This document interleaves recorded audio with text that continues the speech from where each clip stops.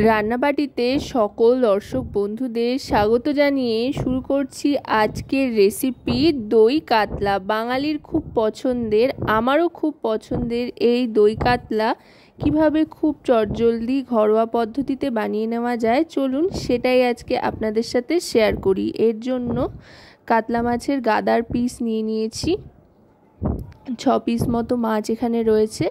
এতে ভালো করে নুন হলুদ মাখিয়ে নিচ্ছি।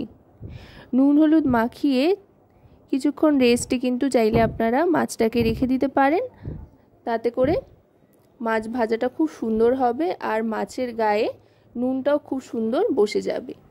এবার এদিকে সমস্ত মশলাপাতিগুলো একবার দেখিয়ে নিচ্ছি। এখানে নিয়ে নিয়েছি বাদাম বাটা, এটা কিন্তু কাজু বাদাম বাটা। তার সাথে নিয়ে নিয়েছি পেঁয়াজ আর আদা বাটা।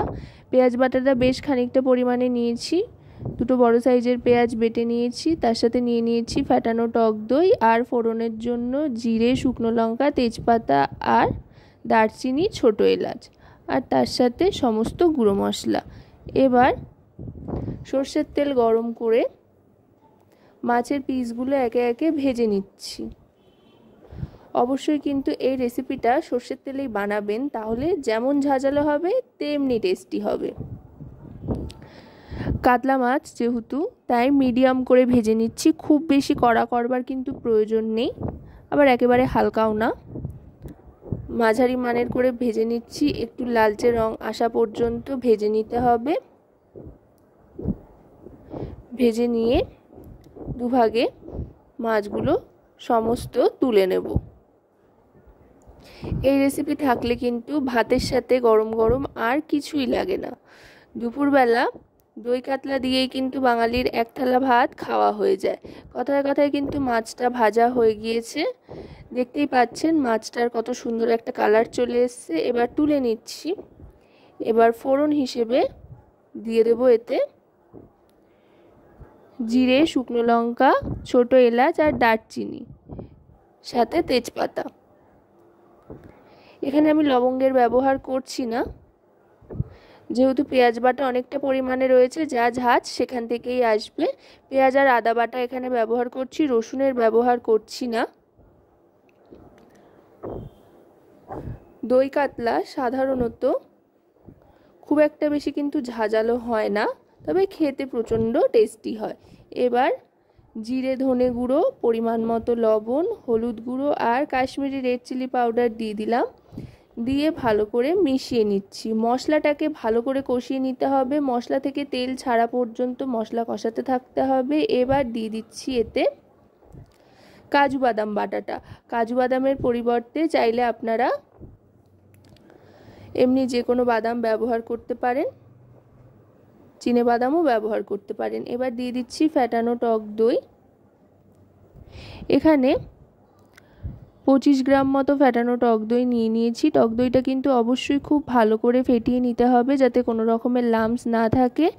এবার সমস্ত মশলার সাথে টক দইটাকে খুব ভালো করে মিশিয়ে নেব আর গ্যাসের ফ্লেমটা লোতে করে দেবো, যাতে দইটা কেটে না যায়। এবার দই থেকে তেল ছাড়া পর্যন্ত কিন্তু অপেক্ষা করতে হবে। মশলা থেকে এর আগে একবার তেল ছেড়ে নিয়েছিল, আবার দইটা দিয়ে ভালো করে কষাতে থাকবো, যাতে আরও আরেকবার ভালো করে মশলাটাও কষানো হয়ে যায় আর মশলা থেকে তেলও ছাড়তে আরম্ভ করে। দেখুন টক দই দেওয়ার পর আবার কিন্তু তেল ছাড়তে আরম্ভ করেছে। এই সময় দিয়ে দিতে হবে পরিমাণ মতো চিনি, যেহেতু টক দইয়ের ব্যবহার করেছি। দেখুন কত সুন্দর তেল ছাড়তে আরম্ভ করেছে আর দারুণ সুন্দর অসাধারণ একটা গন্ধ ছাড়তে আরম্ভ করেছে। ওহো, এই গন্ধেই পুরো মন ভরে যাচ্ছে, পেট তো পরে ভরবে। যাই হোক, এবার এতে পরিমাণ মতো জল দিয়ে দেব। অবশ্যই কিন্তু ঈষৎ উষ্ণ গরম জল দিতে হবে, তাতে করে রান্নার স্বাদ অনেক গুণ বেড়ে যাবে আর ঝোলটাও খুব তাড়াতাড়ি ফুটে উঠবে। আশা করব রেসিপিটি আপনাদের ভালো লাগবে। ভালো লাগলে অবশ্যই রান্নাবাটি চ্যানেলটিকে সাবস্ক্রাইব করে লাইক, শেয়ার, কমেন্টের মাধ্যমে আমাদের পাশে থাকবেন আর পাশে থাকা বেল আইকনটি অন করে দেবেন সবার আগে সমস্ত রকম নতুন রান্নার নোটিফিকেশান পাওয়ার জন্য। এবার দেখুন গ্রেভিটা কিন্তু ফুটতে আরম্ভ করেছে।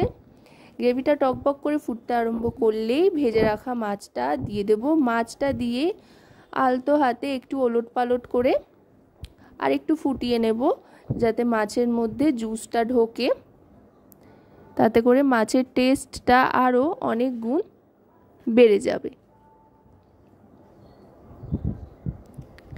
এবার গ্যাসের ফ্লেমটা মিডিয়াম টু লোতে রেখে খানিকক্ষণ ফুটিয়ে নেব। ফুটিয়ে নিয়ে 1 মিনিট মতো স্ট্যান্ডিং টাইমে রেখে দেব। তারপরে ওপর থেকে এই তেলটা এভাবে ভেসে উঠলেই বোঝা যাবে দই কাতলা একেবারে রেডি সার্ভ করার জন্য আর গরম গরম ভাতের সাথে খাওয়ার জন্য। এবার আস্তে আস্তে এটা সার্ভ করে দেব। দেখুন দেখতে কতটা লোভনীয় হয়েছে, খেতেও কিন্তু অসাধারণ হয় দই কাতলা। আপনারা এভাবে অবশ্যই বাড়িতে একবার বানিয়ে দেখবেন, খুবই সহজে তৈরিও হয়ে যাবে আর ছোট থেকে বড় সকলের মুখে হাসি ফুটবে।